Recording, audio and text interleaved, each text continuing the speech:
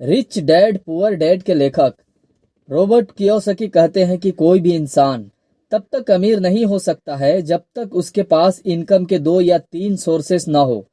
जब तक लायबिलिटी खरीदते रहेंगे अमीर नहीं बन पाएंगे। रॉबर्ट कियोसाकी कहते हैं अगर आपको जल्दी अमीर बनना है और फिनेंशियल फ्रीडम हासिल करना है तो आपको एसेट्स बनाने होंगे। दोस्तों, जितने भी अरबपति अमीर लोग हैं वह इसलिए अमीर है क्योंकि उन्होंने अपने इनकम से एसेट्स खरीदा है। और अमीर लोग हमेशा अपने पैसों से एसेट्स खरीदते हैं। अमीर लोग हमेशा अपने पैसों को एसेट्स में इन्वेस्ट करते हैं। अगर आप भी अमीर बनना चाहते हैं तो आपको भी एसेट्स बनाने होंगे। ध्यान दीजिएगा, सिर्फ इनकम करके आप अमीर नहीं बन सकते हैं, बल्कि आपको अपने पैसों को सही जगह इन्वेस्ट करना होगा, तभी आप अमीर आदमी बन सकते हैं। क्योंकि सिर्फ पैसे कमाने से नहीं होगा, बल्कि पैसों को सही जगह इन्वेस्ट करना भी आना चाहिए, तभी आप अमीर बन सकते हैं। नमस्कार दोस्तों, स्वागत है आप सभी का मास्टर क्लास के इस खास एपिसोड में। दोस्तों, इस एपिसोड में हम कुछ नया और कुछ अलग सीखने वाले हैं, तो वीडियो को ध्यान से देखिएगा। ध्यान दीजिएगा, अगर आप एक मिडिल क्लास फैमिली से हैं और आप जल्दी से अमीर बनना चाहते हैं तो ये वीडियो आपके लिए है। वीडियो को ध्यान से और पूरा देखिएगा। दोस्तों, जो इंसान अपने मेहनत की कमाई से लायबिलिटी खरीदता है वो कभी अमीर नहीं बन सकता है, और जो इंसान अपने मेहनत की कमाई से एसेट्स खरीदता है वो बहुत जल्द अमीर बनता है। अगर आप भी जल्दी अमीर बनना चाहते हैं तो आपको ये समझना बहुत ही जरूरी है कि आप अपने मेहनत की कमाई से क्या खरीद रहे हैं, लायबिलिटी या एसेट्स। क्योंकि अगर आपने अपनी मेहनत की कमाई से लायबिलिटी खरीद लिया तब तो आपकी जिंदगी मुश्किलों में फंस जाएगी। और कई बार तो ऐसा होता है, लोग शौक से लायबिलिटी में फंस जाते हैं क्योंकि उनको पता ही नहीं होता है कि जिस चीज को वो शौक से खरीद रहे हैं वही उनकी जिंदगी को बर्बाद कर देगी। एक तो आपकी मेहनत की कमाई भी चली गई और उसके बदले में जो लायबिलिटी आपको मिला वो आपके जिंदगी को और मुश्किलों में डाल देगी। और ये सब उन्हीं लोगों के साथ होता है जिन्हें लायबिलिटी और एसेट्स में क्या फर्क है ये पता नहीं होता है। इसलिए अगर आप अमीर बनना चाहते हैं तो आपको दोनों में क्या डिफरेंस है ये पता होना चाहिए। और आज के इस वीडियो को पूरा देखने के बाद आप बिल्कुल आसानी से और अच्छी तरह से समझ जाएंगे लायबिलिटी और एसेट्स में क्या फर्क होता है। आगे बढ़ने से पहले आप सभी से एक छोटी सी गुजारिश, चैनल में अगर आप नए हैं या चैनल को अभी तक सब्सक्राइब नहीं किया है तो चैनल को जरूर सब्सक्राइब करें और बेल आइकन को ऑल पर सिलेक्ट करें। लायबिलिटी और एसेट्स में क्या फर्क होता है दोस्तों, इसे एक उदाहरण से समझते हैं। दो दोस्त थे, समीर और अमन। दोनों एक ही कंपनी में जॉब करते थे। दोनों को महीने के 40,000 रुपए सैलरी मिलती थी। दोनों की जिंदगी ठीक ठाक चल रही थी और दोनों अपने सैलरी का 25% रुपए सेविंग करते थे फ्यूचर के लिए। जब कुछ सालों के बाद लगभग 10 लाख रुपए दोनों के जमा हो गए तो दोनों दोस्तों ने घर बनाने और कार खरीदने का विचार किया। अमन ने घर का काम भी शुरू करवाया और एक कार डाउन पेमेंट देकर ईएमआई में खरीद दी। और अमन ने घर बनाने और कार खरीदने के लिए कोई प्लानिंग नहीं की। उसने एक कार सिलेक्ट किया और पहुंच गया शोरूम और ईएमआई में कार खरीद लिया।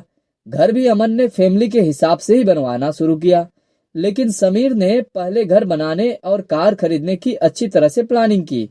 टोटल अमाउंट जो उसके पास था उसके 2 हिस्से किए।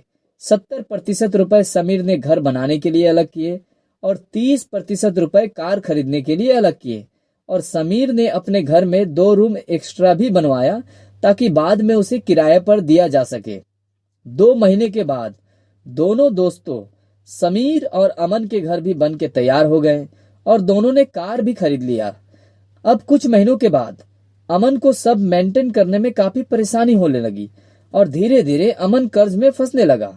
लेकिन समीर की जिंदगी पहले से और बेहतर हो गई, पहले से और बेहतर तरीके से चलने लगी। समीर सब कुछ आराम से अब भी मेंटेन कर रहा था।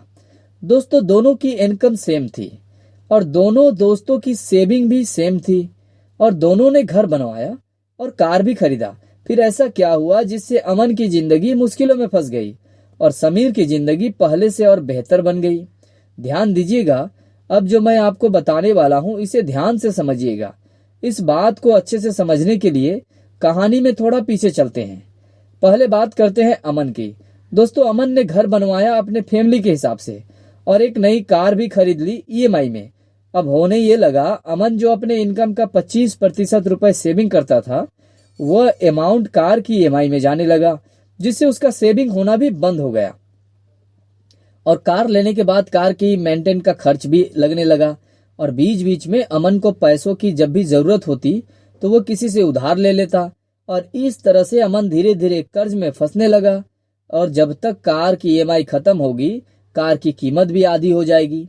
लेकिन समीर ने पहले प्लानिंग की और घर में 2 रूम एक्स्ट्रा बनवाया और उसे किराए पे दे दिया।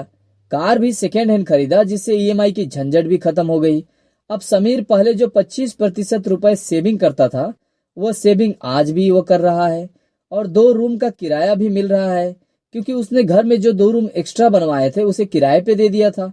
और समीर ने कार को भी किराए पे दे दिया, तो कार से भी कुछ पैसे आने लगे। दोस्तों, इस तरह से एक तरफ घर और कार अमन के लिए लायबिलिटी हो गई, लेकिन सेम चीज समीर के लिए एसेट्स बन गई।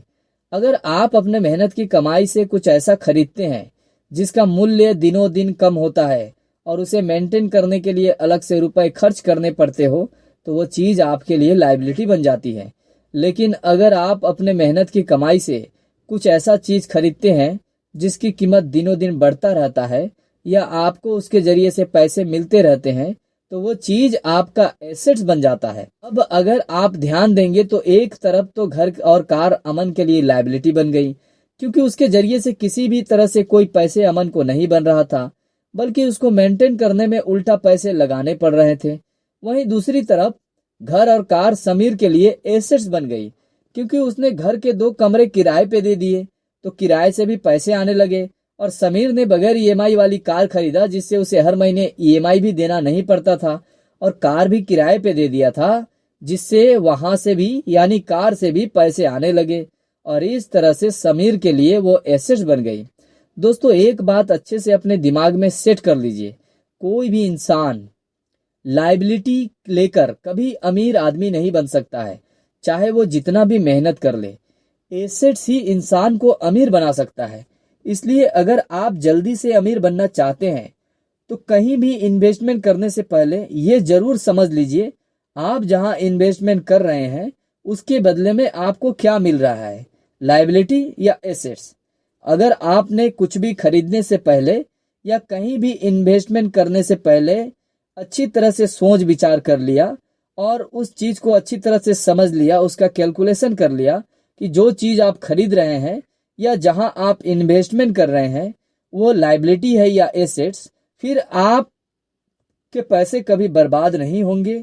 आपके पैसे हमेशा बढ़ते रहेंगे, क्योंकि जब आप अच्छी तरह से समझेंगे एसेट क्या है, लायबिलिटी क्या है, तो आप अपना पैसों का इन्वेस्टमेंट एसेट्स में ही करेंगे और इससे आप धीरे धीरे अमीर बनते चले जाएंगे।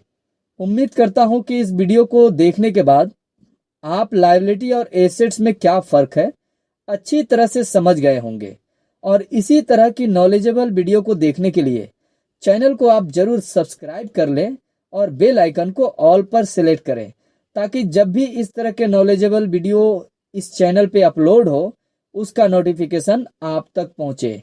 क्योंकि एडुकेशन ही एक ऐसी चीज है जो आपको जिंदगी में कामयाब बनाती है, आगे बढ़ाती है। वीडियो अगर आपको पसंद आई तो वीडियो को लाइक करें, शेयर करें। मिलते हैं बहुत जल्द एक और जबरदस्त नॉलेजेबल वीडियो के साथ।